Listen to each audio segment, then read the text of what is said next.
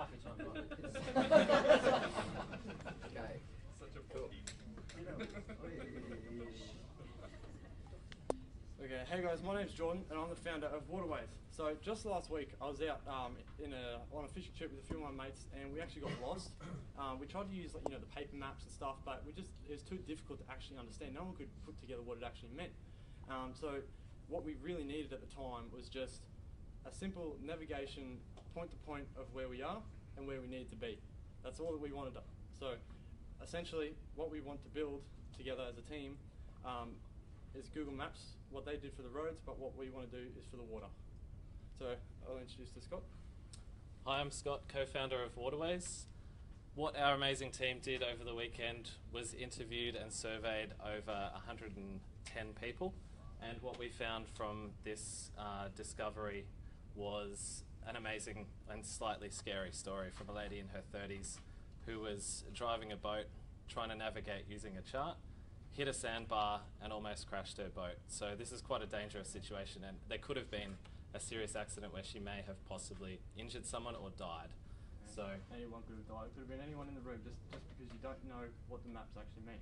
And for all of us, we've had experiences like that. We know marine navigation is confusing. There must be a better way. Have any of you still got refidexes in your cars? Not anymore. No, we all use GPS, we use navigation systems, TomToms. What we've noticed is that this is becoming a trend, and why isn't it available for boaters? What we've also found through our discovery is that experience doesn't always equal understanding. Yeah, so those are the people that we actually surveyed. About just under 50% of them actually identified as experienced sailors. But although there was more than half that actually still said that the charts were too hard to read. So that's not only just the newbies, but also potentially the people that have already been there. So it's a great, it's a problem there for not just the new people on the water.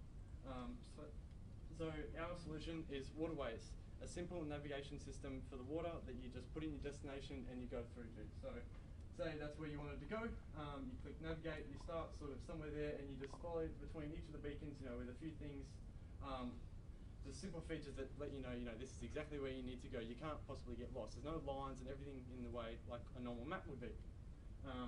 So the way that it would work as far as monetization, it would be a free app. So as far as every other app on the market that does this sort of feature, there's ridiculous amounts of money you're paying, and it's not even a navigation. It'll just show you where you are and where you need to be, but it won't tell you how to get there and where the sandbars are or any of that sort of stuff. So ours would be free, and once we gather the user base, we could then start to sort of advertise depending on how quickly it was implemented. So across the whole of Queensland, just to start with, that's potentially up to 250,000 boat owners across Queensland alone. So we thought, starting at Gold Coast, in the whole world, we've got the largest amount of canals and water systems anywhere in the whole world. So it's a perfect opportune place, for anyone. There's a lot of new people every year getting onto the water, and they don't necessarily have that much confidence. Obviously, starting here, we've got a worldwide scalability. It can start here, it can go other places: Asia, Europe, America, all over the whole globe. So what makes us unique is the simplicity of it. As you saw in those photos before, it was easy to see where you are and where you're going. You look at a map, it's just, there's lines everywhere, you get confused, you don't know where you're going.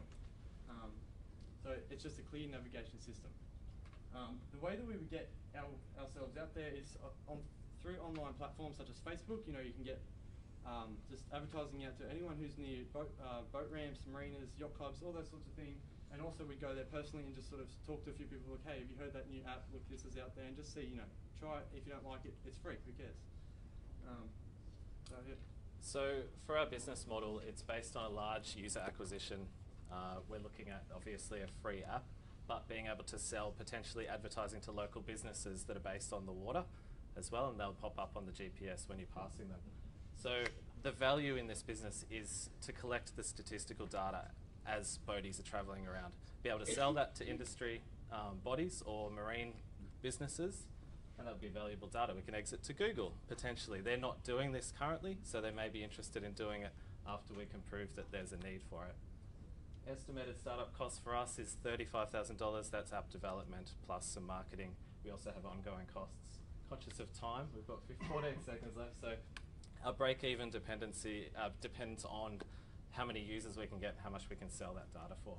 So our amazing team. Yeah, so everyone wants to continue this as far as it actually goes along. Like this weekend, we want to pursue it. So all we need is a little bit of guidance to actually get this thing up and running. That's all we're after. So thank you. Well done.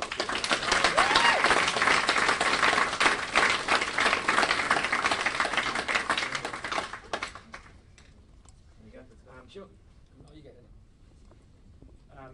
Okay, guys. So I'll make a couple of comments before a question.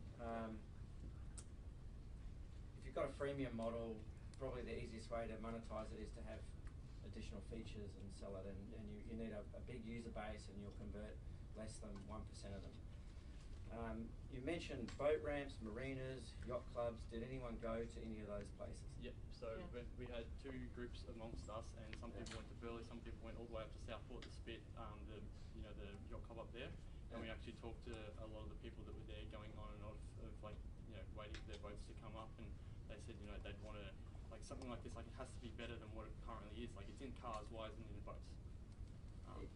And we also joined. So did you ask them if they would pay for something? Yeah, on the online. Did you test your commercialization model on the people? So at on the those online locations? survey that we got like 84 responses total, because there was like face-to-face and online as well. Yeah, we posted on a Facebook club, like a boating club on Facebook, and we shared the link for the survey, and like around 86 people who did a survey, and around 74% said they paid for something like this. It's going to be, because it's a map, it's going to be quite regionalised. When you start it, it's pretty hard to go global. Well, yeah. How many boat owners are there in Queensland? 250,000. 250,000 boats registered and around 230,000 owners. Roughly 1 in 19 people own a boat. One in 19 people roughly own a boat. Yeah, that's amazing. Yeah, that is amazing. Great pitch. Really interesting idea. I'm curious about the Trip is a bit of an idiot, but the technical issues that you're going to have to overcome in terms of building up the richness of your maps. Yeah. To Danny's point about the regional nature of the. How does that work? We did some research into that, Scott. If you want to. Yeah. So we did some research. So the data and the charts and survey detail is available free of charge from Maritime Safety Queensland on a commercial basis. You can do whatever you want with it. You can put advertisements in there. You can sell it. You can reproduce it. So we've got that available. That's your base layer. That's for Queensland, right. And then there would be development on top of that to place the beacons, and then there would be an algorithm to be developed as part of the app. Yeah, so to start with, it's free in Queensland, and if we were to eventually break free in a few years' time, we'd investigate into whether or not we can get the same sort of data for the rest of Australia, or globally. Yeah, through data.gov.au, actually an open source data collection. Right, so let's talk about the money. Let's talk about the money. for that. So let's talk about the money. So 35 grand. So how much of your business do you think you're going to give up for that? So you said you need $35,000 to get going. Is that you? That's an estimated sort of approach, because about 30,000 of that is for app development, and then 5,000 in advertising. Are you guys going to put that money in yourselves? Is that the plan? Well, no. If I had more time, I would have sort of said that we're asking for a little bit of assistance or mentoring, like through how is it possible to actually come across something like this? Yeah. So the thing I'm going to think about is if you're going to sell. So Google's the obvious buyer, right? So you really this is actually really interesting. So the $35,000 that you put in. So what someone will say to you, they'll say that's for 25% of your business, or something like that.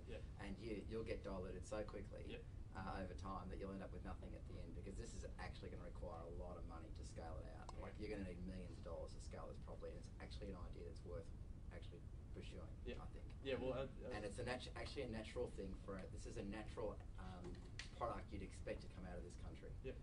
So do you see it being so? You've got this in canal. Hang on, you've got things in canals and stuff at the moment. So you're talking about being in waterways. Can it apply itself further out? Like, how far out can you go offshore? Like, if you're a dumb boatie like me and you want to go offshore, how far out can you go? Well, to start with, what we were thinking about was just like legality issues. It would be restricted, like when you start, to not any further like into the open water, because that's obviously got to do with the driver more than anything. Because once you're in here, there's beacons, but not everyone can see those. So the features would allow you to safely navigate through them. But past the bar, there's not really much help even for someone that's experienced out there. So your market's pretty much as soon as the boat comes in past the bar in any port in Australia into anywhere at all. Because if you're going down, Waterways lots kicks of in. canals. Looking mainly at partially smooth waters for now. Yeah. and then potentially expanding into offshore channels. I think it'd be a great chance of getting some government grants for this type of thing because there's safety issues and lots of things. That's an interesting business. Yeah, can I just mention, like, more than half of our team are in grade 10 or less, and we've put together this in the last 2 days, so I just, I want to say thanks to the rest of them.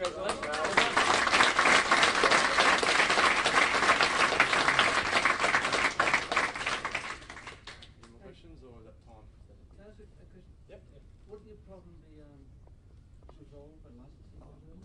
You have to have a license to drive a car. Yep. Aren't we really talking about a licensing issue rather than a navigation issue?